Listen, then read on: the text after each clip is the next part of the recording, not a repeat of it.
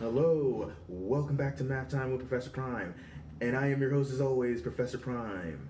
And here we are. Welcome to Super Ultra Mega Math History, Phenomenal Figures. And today we're going to be talking about Pythagoras of Samos. Let's get into it. Pythagoras is going to be a familiar name for some, and we're going to get into it. Pythagoras was a Greek mathematician, philosopher, musician, religious and political figure. And we're going to get into all of that. So, while it is disputed where exactly he got his educational training, a lot of people are operating under the assumption that it was from various spots, various places, and in various things, i.e., geometry, arithmetic, and astronomy, and that Pythagoras was well traveled. That being said, if we're talking about what he did to contribute to math, some of that is actually up for debate. So I'm going to talk about what's been attributed to him and why there's some things to be said about that. Okay, so for math, you have the Pythagorean Theorem. That's been attributed to him. You have Pythagorean triples. That's also been attributed to him. You have the golden ratio, which is pretty cool. That's also been attributed to him.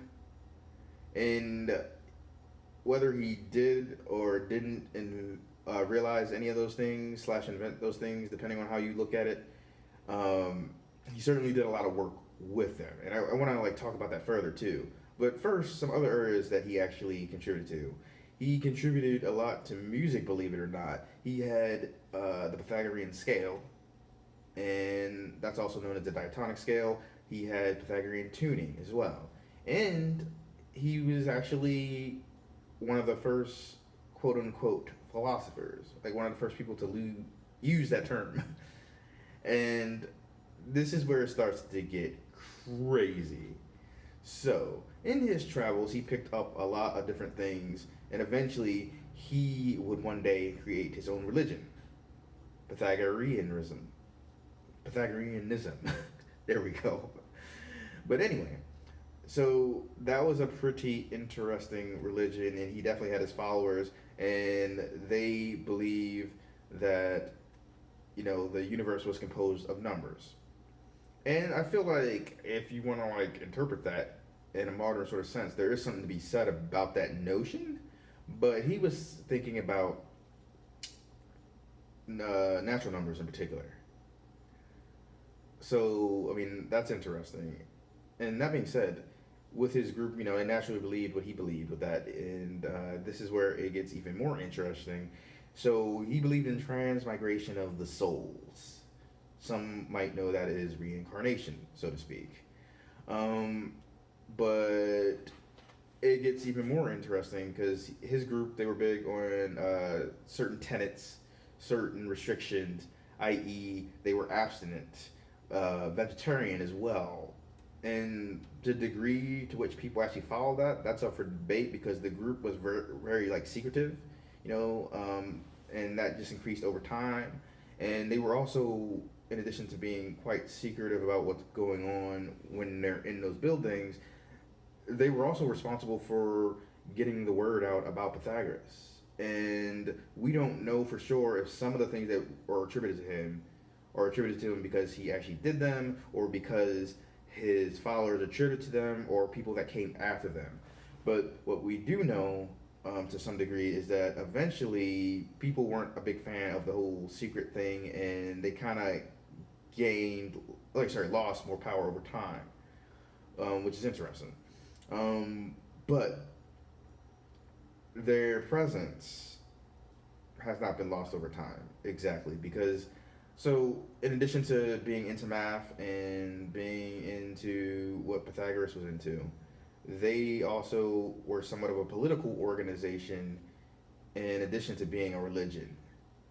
And a lot of their philosophy that they practiced, that they thought impacted people like Plato and eventually Aristotle. And if you want to get into it, Western philosophy as a whole. So, yeah, it gets very fascinating. So when I think back, it's like he gets a lot attributed to him, right? And honestly, I couldn't tell you what exactly is from him or not. But what I can tell you is with the Pythagorean Theorem, despite it bearing his name, plenty of other people used that before him, i.e., the Babylonians used it before him. China, India, they used it too before. And now, I don't know to what extent or if they mapped it out like he did, but the premise was there, right? If nothing else, they used that in application. So I think that's very, very fascinating. But at the same time, it does bear his name, and you could argue that, it having that set name and being spread throughout time allowed more people to know that. That's up for debate, but can't argue his influence and impact. And again, like I don't think anyone watching this, or at least like most people watching this, wouldn't know that in addition to like impacting math, that he impacted music and philosophy as well. It's kind of crazy. I mean, dude had a religion. What is that about, But yeah, so I don't want to get this to become too long, so I'll say this. Pythagoras. He contributed a lot to math, but it's arguable like how much. And he also contributed to a lot of other things too. And I wanted to do a video on him because whether he invented the Pythagorean theorem or not, he certainly popularized the idea, as did his people, and he's definitely someone who is an impactful figure. Just like, I mean, the legends alone is kind of crazy.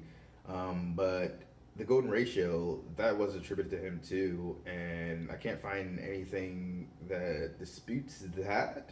And that pops up in nature all the time, and some other areas too. So I think that's pretty cool. But yeah, it's kind of a wild tale. But Pythagoras, complicated dude. No one knows his life story completely. All we know is there was a bunch of math concepts that he either invented or contributed to or made popular, and that he did a lot with music and philosophy and bringing all the worlds together. And while I think he was wrong in what he said about the universe being composed of natural numbers, I feel like what he was onto wasn't completely off base, or at least some interpretation of that.